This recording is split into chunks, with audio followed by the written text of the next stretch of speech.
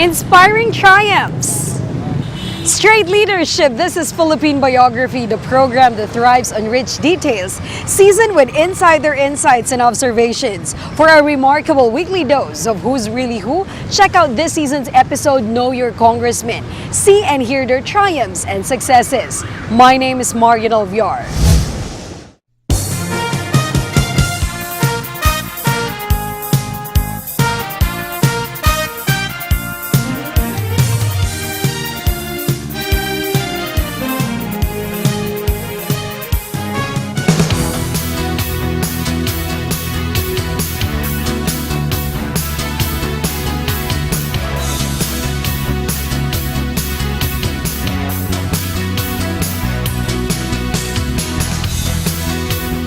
The former capital of Rizal Province, Pasig City, is bordered on the west by Quezon City and Mandaluyong, to the north by Marikina City, to the south by Makati, Pateros and Taguig, and to the east by Cainta, Rizal. It is composed of 30 barangays and is subdivided into 2 districts, with a councilor handling each district. Pasig City played a big role in our history. On August 28, 1896, Andres Bonifacio issued a proclamation to all towns to rise up in arms and to instigate the revolution. August 29, 1896, the day after Bonifacio's proclamation, the first battle of the Katipunan, which the Pasigueños called Nagsabado sa Pasig, began.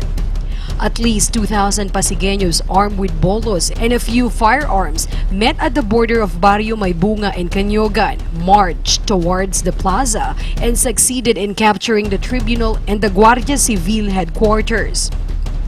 After the Nagsabado sa Pasig, Pasigueños joined Bonifacio in the infamous Battle of Pinaglabanan in San Juan. On June 11, 1901, the Americans, with William Howard Taft presiding, created the new province of Rizal and declared Pasig as the capital. Then in 1901, the first civil municipal council of Pasig was formed. And in 1956, Emiliano Caruncio was elected mayor of Pasig, who served for 30 years.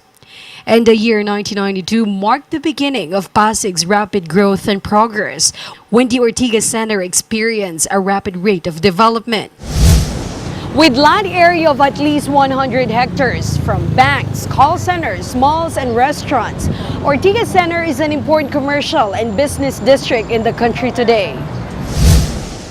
Located at Barangay San Antonio, the Ortigas Center boasts of shopping malls, high-rise office buildings, commercial establishments, and residential condominiums.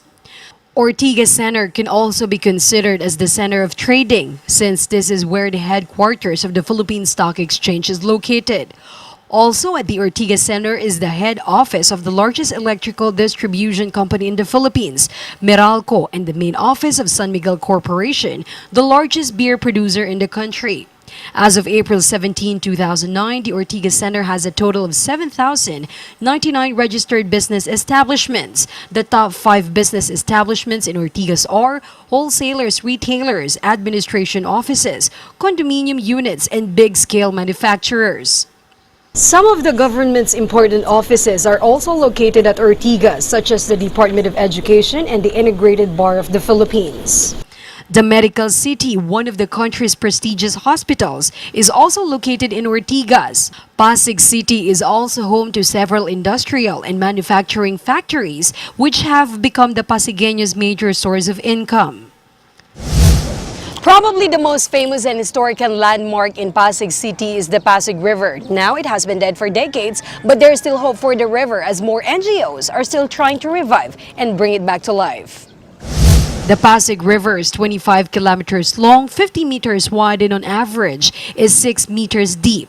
The river basin area is 570 square kilometers and comprises of 8 cities and 3 municipalities, namely Pasig, Manila, Pateros, Caloocan, Marikina, Pasay, Taguig, Quezon City, San Juan, Mandaluyong, and Makati City.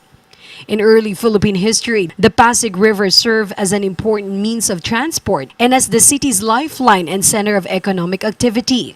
After World War II, the river was left abandoned with massive population growth, infrastructure construction, and the dispersal of economic activities in Manila. The banks then started to be filled with informal settlers, throwing their wastes into the river. making it a sewer system. In the 1930s, the fish migration from Laguna de Bay noticeably diminished. In the 1960s, ferry transport declined and the people stopped using the river's water. By the 1970s, the river started to give offensive smells, and in the 1980s, it was already impossible to fish in the river. Finally, in the 1990s, the Pasig River was declared biologically dead. Over the decades, several sectors have been made to rehabilitate the dead Pasig River. On December 1989, the Pasig River Rehabilitation Program was established in cooperation with the Danish International Development Assistance, or DANIDA. After 10 years in 1999, former President Joseph Estrada signed Executive Order Number 54 establishing the Pasig River Rehabilitation Commission, or PRRC, with authority to manage wastes and resettling of squatters.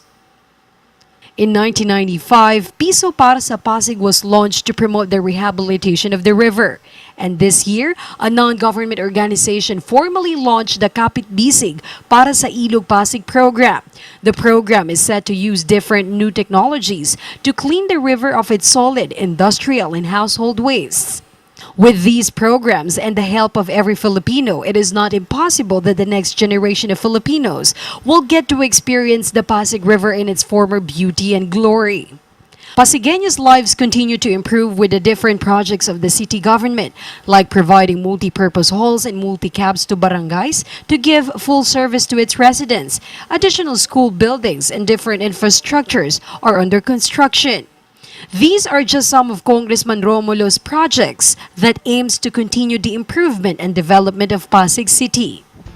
Coming up, let's meet Pasig City's neophyte representative at the Congress and get to know more about him and his humble beginnings.